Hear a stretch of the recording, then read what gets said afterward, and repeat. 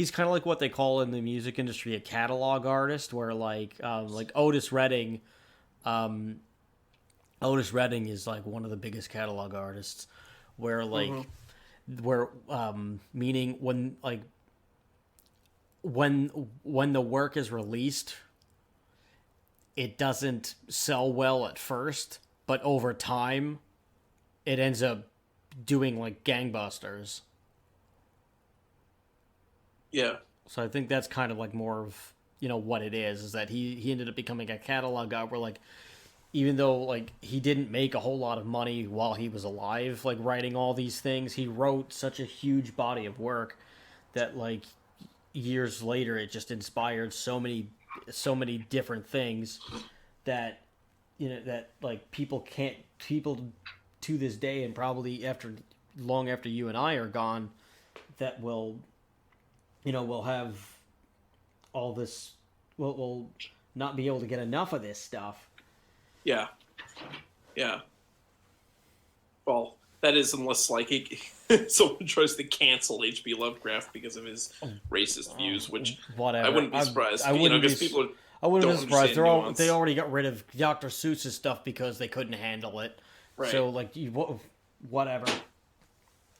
I would also like to point out that his views on race actually moderated as he got older. He wasn't as racist in his later years. He kind of like saw it as like, he became more sympathetic towards minorities and stuff in his later years. So his racist views did kind of die off at the end. Yeah, politically he shifted too. Yeah. He was he was Republican for most of his adult life, and towards the end of his life, he ended up becoming a lot more socialist.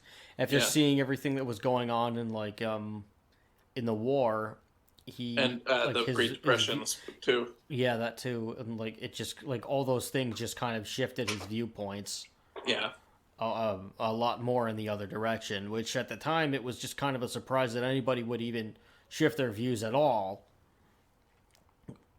Again, not condoning what he did, but like not condoning his beliefs, but or like trying to put a Band-Aid on it. But that for his beliefs were common for the time. Yes, it'd be in 100 years, people are going to think things that we believe today are probably most likely they're probably going to be like, wow, I can't believe those barbarians thought like they did back then. Yeah. So it's just you can't really frame someone's beliefs in the lens of today because it doesn't work. You're gonna inevitably it's gonna be okay. Well, obviously it's worse.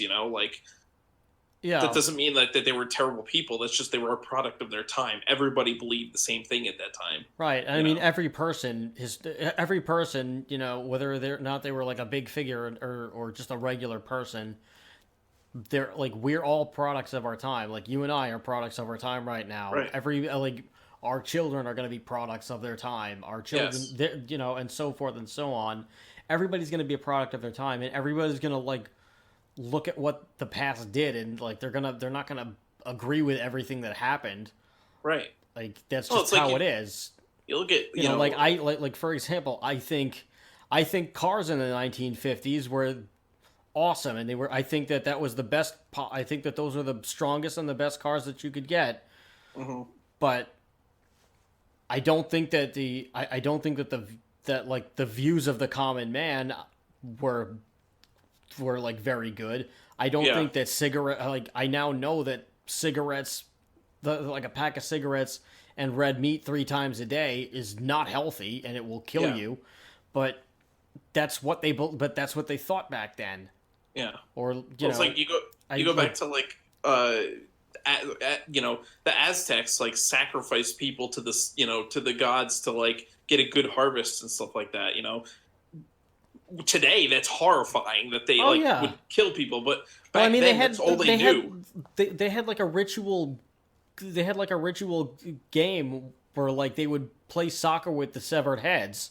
Yes. Like would you and I do this? Absolutely not. We would go to jail. Right, but that's at best we would go to jail. You humanity is constantly growing, and we're always in flux. We're always changing what's moral and what's not. And you can't frame what's moral today based on, what was moral 100 years ago or 50 years ago even, It's just we're constantly changing, and morality constantly changes. So, was H.P. Lovecraft racist? Yes, he was.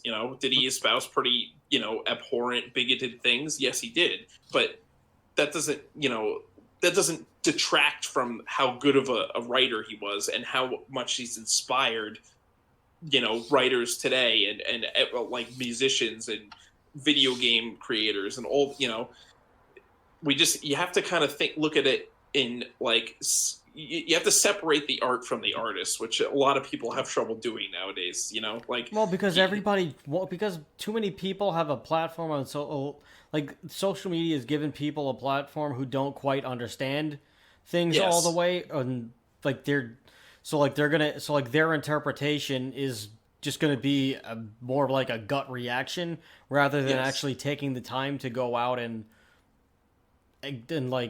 do their homework, do their research, and just understand something. It's just like people don't want to understand things as much as they used to. They want instant gratification, so they know that whatever idea they have, whether or not it's right or wrong, it doesn't really make a difference. We'll just shoot first and ask questions later. Yes. If people are gonna agree with me, then I'm just gonna say what I'm gonna say. Where you need to understand where it's coming from, and you need to understand why certain things were a certain way. It's and you just have to understand. You just have to do your research and just look at it without judgment and just understand the circumstances, and be open to a discussion about it as well, which not a lot of people are willing to do because it's hard, because that's too hard for them, or it's just too much work or whatever. It's just no good. The problem is, and especially with Twitter, because you only have 140 characters to write your message. You can't have a nuanced thought when you only have a short little friggin' tiny blurb that you can say. Especially in text, you can't have any kind of. It's impossible to portray sarcasm or any kind of nuanced thought over text, because you can't see the emotion or hear the emotion in someone's voice over text, obviously.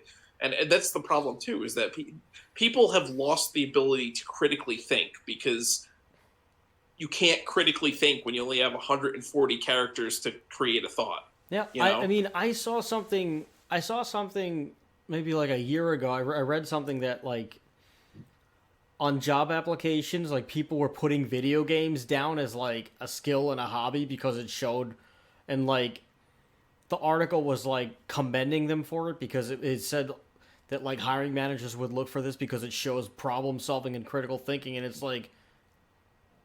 yeah, but no, real critical thinking and real problem solving that's not in a video game. No, is critical thinking and problem solving. Listing those two as separate skills, sure, but not video games itself. No, and again, video games do, not saying they don't do that, right. but you're using it in a different way.